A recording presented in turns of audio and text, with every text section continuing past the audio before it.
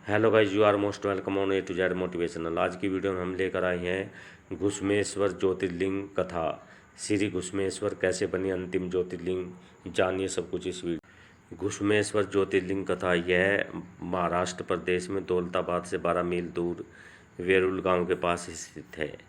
घुसमेश्वर ज्योतिर्लिंग भगवान शिव के 12 ज्योतिर्लिंगों में से देश के अलग अलग भागों में स्थित है। इन्हें द्वादश ज्योतिर्लिंग के नाम से जाना जाता है। इन ज्योतिर्लिंग के दर्शन, पूजन, आराधना से भक्तों के जन्म जन्मांतर के सारे पाप समाप्त हो जाते हैं।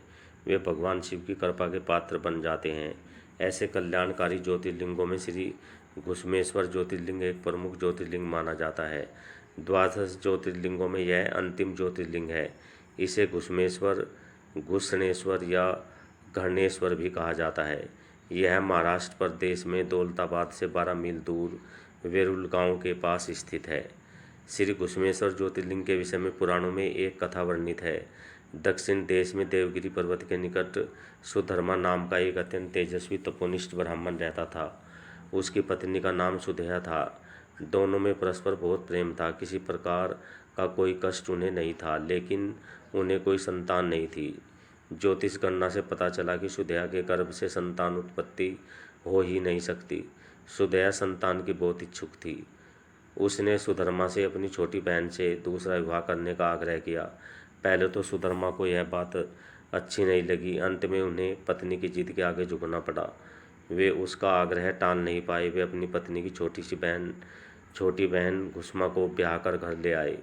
घुसमा अत्यंत विनीत और सदाचारणी स्त्री थी। वह भगवान शिव की अनन्य भक्त थी। प्रतिदिन 101 पार्थिव शिवलिंग बनाकर हृदय की सच्ची निष्ठा के साथ उनका पूजन करती थी। भगवान शिव जी की कृपा से थोड़े ही दिन बाद उसके गर्भ से अत्यंत सुंदर और स्वस्थ बालक ने जन्म लिया। बच्चे के जन्म से सुधेया और घुसमा दोनों को ही आनंद की सीमा न रही। दोनों के दिन बड़े आराम से बीत रहे थे, लेकिन न जाने कैसे थोड़े ही दिनों बाद सुधेया के मन में एक कुविचार ने जन्म ले लिया।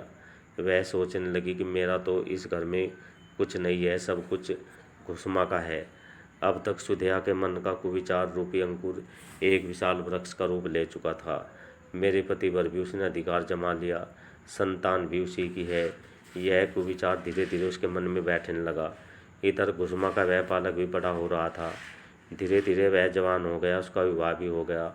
अंततः एक दिन उसने घुसमा के युवा पुत्र को रात में सोते समय मार डाला और उसके शव को ले जाकर उसी तालाब में फेंक दिया जिसमें घुसमा प्रतिदिन पार्थिव शिवलिंगों को फेंका करती थी।